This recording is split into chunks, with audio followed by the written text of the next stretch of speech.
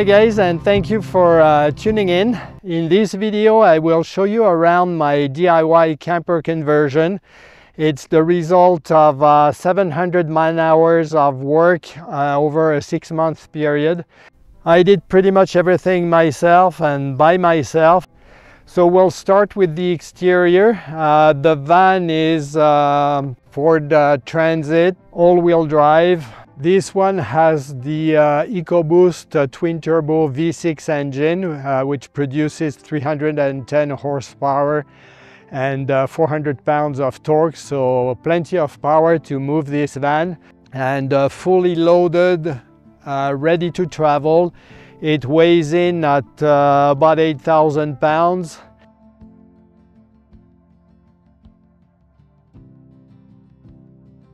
The idea with this van was to keep it fairly discreet as much as possible. So the only addition to the outside are two C.R. Lawrence windows, one on each side. And you can see the bottom here actually opens in two separate panels, even when it's raining, because they just pivot like this. The wheels and tires, I'll come back to this in a second, but the rims are original Ford. Those who have a keen eye might have noticed that the tires are bigger than stock. So this van has been lifted 2 inches in the front and 2 inches in the back, and that's with the Van Compass Topo 3 lift kit. At the front it's just new coils, progressive coils, and at the top of the spring tower is camber block and lift block. The lift is split between the spring rate and the block at the top. This allows the use of larger tires than stock. These are the largest tires you can fit on the Transit without any issues with rubbing. And I hesitate just because I'll tell you in a second. But these tires are Sumitomo Encounter AT. So all-terrain, all-season tires, snow and ice rated. When I said no rubbing, I added these mud guards and I had to trim them. And actually on the driver's side, this tire still very slightly rubs sometimes, depending how the wheel is moving up and down. Other than that, they're fine. There's not much extra space anywhere, but they don't rub, they work fine. The rear is lifted, again it's part of the Van Compass lift kit, with an extra set of leaf springs that are placed under the stock springs and help the van carry more weight, have a more controlled and progressive suspension as well. The shocks are replaced as part of the kit. They are Falcon shocks, so much better quality than the Ford factory shocks. And they are tuned for the weight of the vehicle. So those are tuned for around 8,000 pounds of load. And the whole setup works really well. Like the van drives better with the lift kit, bigger tires, and all the camping equipment, all the conversion, than it does from the factory. As part of the lift kit, you also get the spring mount relocation kit. From the factory, that's a bit of a weird design, but the lower mounting point for the rear shocks sits very low. It is lower than the bottom of the differential, so if you go through ruts and stuff, that's going to be the first part that's going to scrape the ground and potentially get damaged. Now what the kit does, it replaces that mounting bracket with a different one that's about 2 inches higher off the ground, and places basically those mounting brackets at the same level as the bottom of the differential. What we have is 1 inch of increased ground clearance due to the tire diameter, 2 inches from the kit at the bottom of those shock brackets. So basically they're 3 inches higher than stock, which is quite a bit. Under the front differential, you get 3 inches of improved ground clearance, which is quite a bit.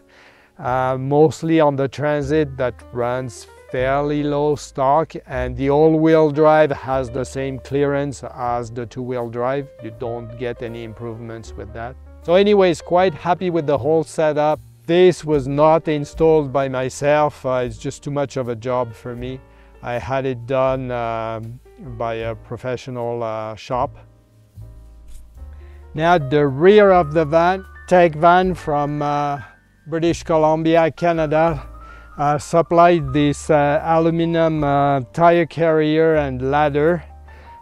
This I did not install myself either. The hinges here had to be replaced because from stock this van has the 270-degree hinges, and they're not compatible with the ladder.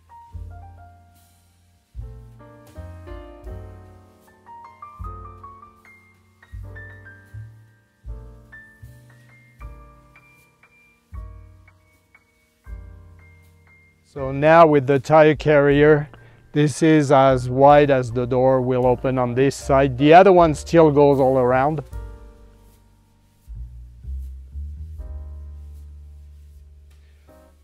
So the nice thing is that because you have a ladder combined with the rear tire carrier, there's no ladder on the side that protrudes and can potentially snag branches and stuff when you're off-road. And this ladder is quite nice. It allows me to get to the top and access the solar panels. And when you increase the diameter of the tires, the spare doesn't fit properly underneath, and it's very hard anyways to get to it, mostly if you're off a flat surface. So moving it to the rear makes it a lot easier. So speaking of the roof, on top of the van is home designed and home built roof rack. The 2 side plates are 1 length on each side of a 5mm thick aluminum that was painted black, and the rails are 2020 aluminum profile. On the roof are 2 Renogy solar panels, 175 watts each. Later, as I mentioned before, the passenger side of the roof rack will support 9 or 10 foot long awning, so the roof rack had to be sturdy enough to allow for that. The mounting brackets come from Curious camper vans in eastern Canada. They are custom made for the Transit, so they have a slight angle correction to compensate for the curve of the roof. So I think this is pretty much it for the exterior. So now let's move on to the rear, the cargo area.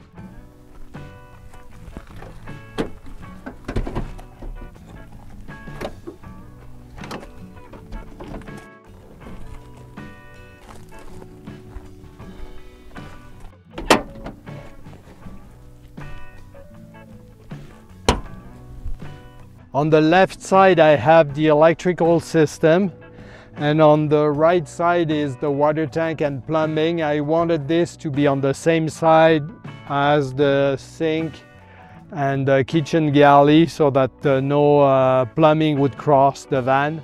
The electrical is based around 2 Renogy lithium batteries, 100 amp hour each. They're at the back over there. There's a 2000 watt Renogy pure sine wave inverter that provides the 120 volt AC power to the van. Now I said pure sine wave, which means that the signal that's coming out of the wall outlets is exactly the same as the signal coming out of the outlets in your house. There are three ways to keep the lithium batteries charged. One is of course solar, as I said, 350 watts. The second way, I don't know if you can see it on the camera, there's this kind of blue box here that's called a DC to DC charger, which allows me to charge the batteries from the alternator when the vehicle is running. And the third way, and again I'm gonna try to show you, is once we connect to shore power, and my inlet is here again in the with the idea of not having stuff on the outside. When we connect shore power here, there is again a Renogy charger that will charge the batteries if necessary. All of this happens without me having to do anything. It's there. While we're in here, so here at the top are the circuit breakers for the AC, so two 30 amp breakers for the shore power input, and then two 30 amp breakers to protect the output of the inverter and the rest of the installation. As you can see, all these yellow levers, they're all circuit breakers. So up there are all the high current breakers like alternator, different chargers, and so on. The nice thing about these is they can be used as switches. So I can isolate any circuit at any time if I need to do some troubleshooting, repairs, whatever, without shutting down the whole system. There's a porch light and cargo light with a little switch here. I forgot to mention that the Renogy solar charge controller is actually quite nice, not only as a charger, but it also gives you a ton of information on this display here.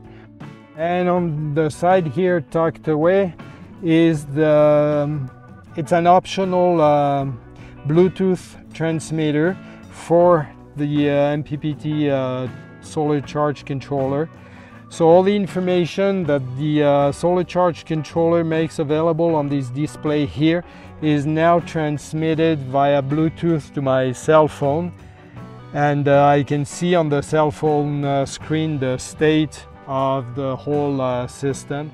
On the left side of the cargo area is all the plumbing system. It's based around 29 gallon, so that's about 115 liters. Freshwater tank, also from Courier's Campervans in eastern Canada.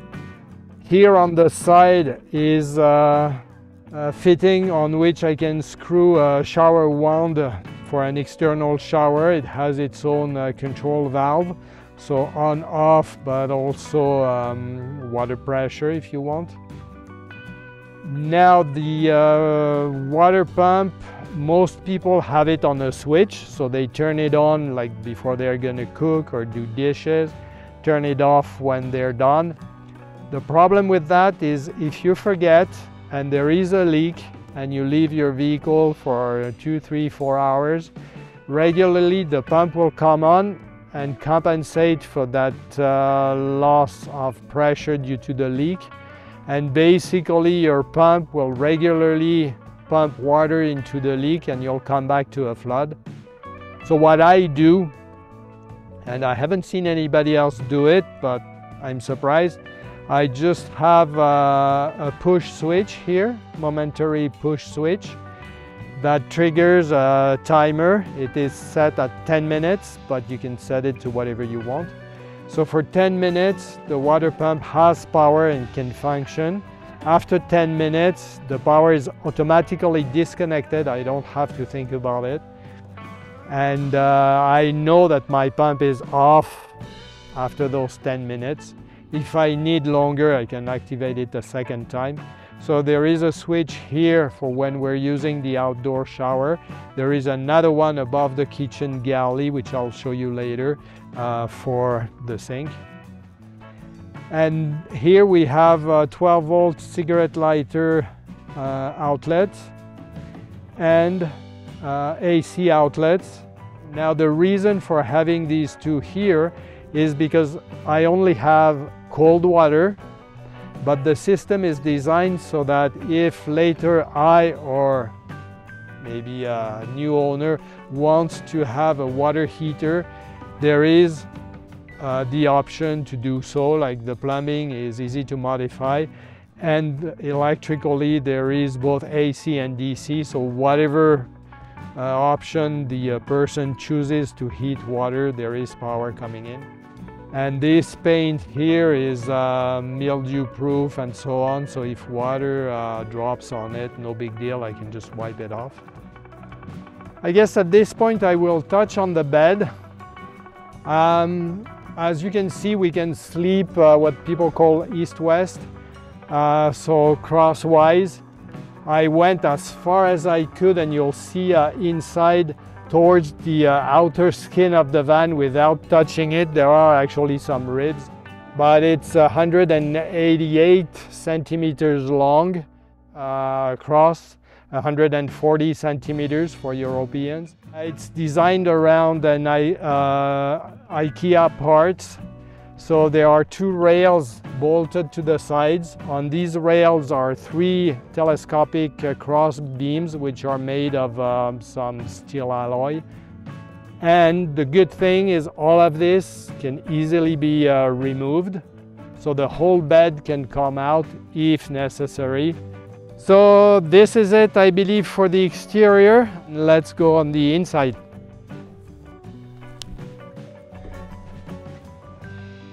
Well, welcome to my home.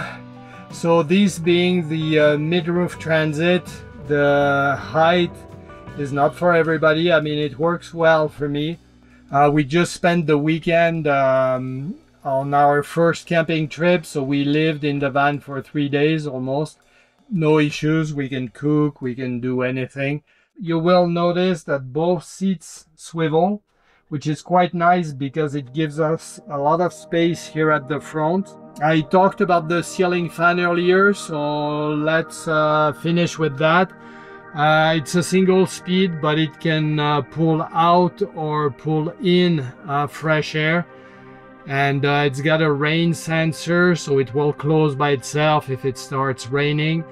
As far as lighting, we've got 2 zones, 4 pot lights here at the front because that's the living area, and then 2 at the rear towards the bed. On the driver's side, we have a large table. That's our main table for dining, working, and so on.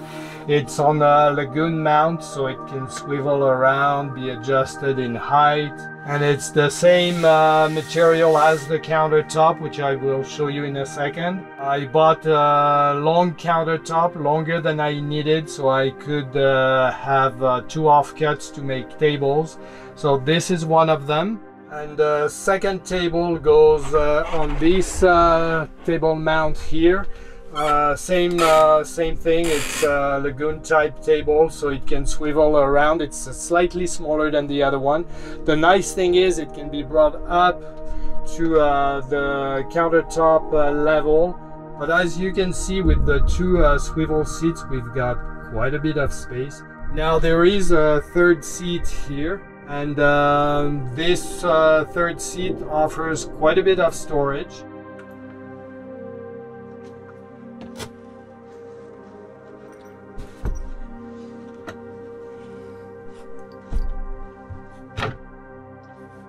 And there you go, there's the whole thing is accessible. The smaller table goes in there too. There you go, it's at the back here, and when we're not traveling, the table mount also goes in there. And we have fabric curtains on the 2 side windows and the rear windows as well, so for privacy and at night we can just stand them here, and it makes the van feel very homey. Above the dining work table, there is a light here with 3 different color temperatures and its own dimmer, so we can adjust it the way we want. Now there's quite a bit of storage in the van because we plan to live year-round pretty much in it. So overhead cabinets. Over the seat here there is one. We keep different things like nice little lamps, flashlight, and so on. All the owner's manual are in here in a bag. All the cupboards are on soft close hinges and RV locks, like you might have noticed. Might be hard to tell here. That black thing, basically it keeps the doors and drawers from opening when we're driving. The knobs we ordered on Amazon, they have little llamas. You might have seen my little sign outside that says Argentina Ruta 40. These are just memories from 10 years living in Argentina. So llamas, very South American. The trim, that's solid maple, so it gives a nice touch to the van. The flooring is kind of a gray laminate floor with wood pattern. It's 10 millimeters thick. The floor is insulated, and there's half-inch plywood subfloor on top of that. The walls have been completely insulated with 3M Thinsulate and vapor barrier. There's a plastic vapor barrier all around the van. So for cooking, we have a kitchen galley here with a pretty deep sink, a nice faucet, again powered from the water pump at the back. All that drains into a 5-gallon jug underneath that we can empty and access from the outside, that door that has the Argentina sign on it. Again, the bamboo countertop, which is quite nice. Some vinyl tiles that again give a homey touch to the van. Electric outlets. Storage here over the kitchen galley. Not much in it for now, but my wife will use it to keep spices and stuff. And you can see those panels are removable. They're just screwed in, and that's access to the electrical. The main trunk cable coming from the back arrives here behind the wall and goes through here into this panel here, which is the control panel in the kitchen. So on it are the two switches for the two zones of LED light with their own dimmer. The control for the Renogy inverter, you can turn it on and have power to your outlets, or turn it off. Here I have a small display that gives me just a state of charge of the batteries. It's pretty basic voltage and so on. Here is the trigger switch for the water pump. I told you earlier there's one at the back, one here, and this is the controller for the Espar 4 kilowatt heater that produces again 4 kilowatts, which is a lot of heat, vented in two different areas, one in the cargo area, the other one here in the kitchen. It draws from the gas tank, so we don't need to fill it, or we don't need propane or anything. So storage in the kitchen, we've got quite a bit. Drawers, 2 large drawers, and I'm sorry, I apologize if it's a bit messy in there, but we're still figuring out how things work. This one's a bit harder to use, but that has all our cutlery and stuff. So I made a simple but effective countertop extension. When this drawer is fully open, and again I'm not sure it will stay because I'm not parked horizontal, this little plywood thing fits in the drawer, doesn't take much space, and on top of it I can fit this thin plywood piece that has a lip made of aluminum and foam, so it doesn't scratch the countertop. Place it here, it rests on that plywood piece, and this allows us to have our cooktop sideways if we want to, and have some countertop available here between the sink and the stove. Or if we don't want to set up the extension, the stove fits here beside the sink. Underneath the two drawers is another storage area with our camp stove, 2 burners, so it's quite large. At the rear is the Espar heater down on the floor, so on top of it we can store boxes. I forgot to show you the water filter, the drinking water filter.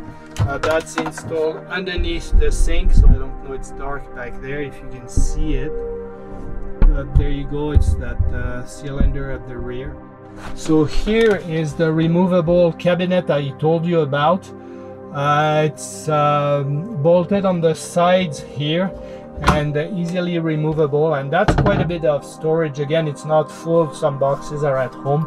You can see we have a big box here with some cooking stuff and whatever. And if we move to the side here, we have I'll start at the bottom. Here is our fridge. So it's, I believe, a 65-liter fridge with a freezer compartment. We are vegetarians, so we don't keep meat. We don't have to worry about that. Above is a charging station, so we have all kinds of outlets, so we can charge phone, computers, laptop, camera batteries. I keep all the cables in here in this box. And there's a bit of a lip here and non-slip plastic thing at the bottom, so even while driving we can keep charging stuff. On the side, this cupboard has our toilet thing. So the toilet is actually, we use a foldable toilet seat when we need in an emergency. So we keep the shades for the windshield, a little step ladder to get in bed at night, some propane tanks. And above the fridge we have two doors with pretty deep shelving. In here usually I keep a large box with all the coffee stuff, my espresso press, manual grinder, the little Italian stovetop, coffee makers, coffee, everything goes in here. Here Cathy keeps a set of frying pans, pots, lid, a couple things. Here are our plates, bowls. They're I think they're bamboo, they're not plastic, but very light and actually quite nice. So all kitchen stuff in here. And then on the other side is a wardrobe. What's off season again goes in that big box at the rear. And now moving to the rear of the van, we have the bed. So I told you the dimensions earlier. So there is upper cabinets here too. Hers. This is mine over there. At the rear there's one above the rear doors. And here on this side I didn't want to build upper cabinet, so I just made a shelf taking the maple trim back here, and we have baskets, 3 kind of fabric baskets and one to add a different texture. It's just kind of a wicker basket, so we have t-shirts and stuff. And that little cubicle back there is just at night we can keep, you know, a phone or alarm clock. And as far as connectivity, we haven't done anything really. The Transit has its own hotspot. We have a 90-day trial period, so we'll test that, see how it goes, and take it from there once we start traveling. Well guys, I hope you enjoyed this video, that you found it interesting and maybe inspiring for some of you. Let me know what you think in the comments below. If you have questions, whatever, it's always interesting for me to read what people think and have to say. I thank you very much for watching. I encourage you to subscribe to my channel. Actually, there is a playlist with all the build videos. Like there's a whole bunch of videos broken down in blocks as I went building the camper. So you can watch that if you're interested. And coming now will be travel videos, places we'll visit. As I said, we'll be in the van pretty much year-round, so we'll cover some distance as we loop around Canada and the United States over the seasons. Again, thank you, and have a great day.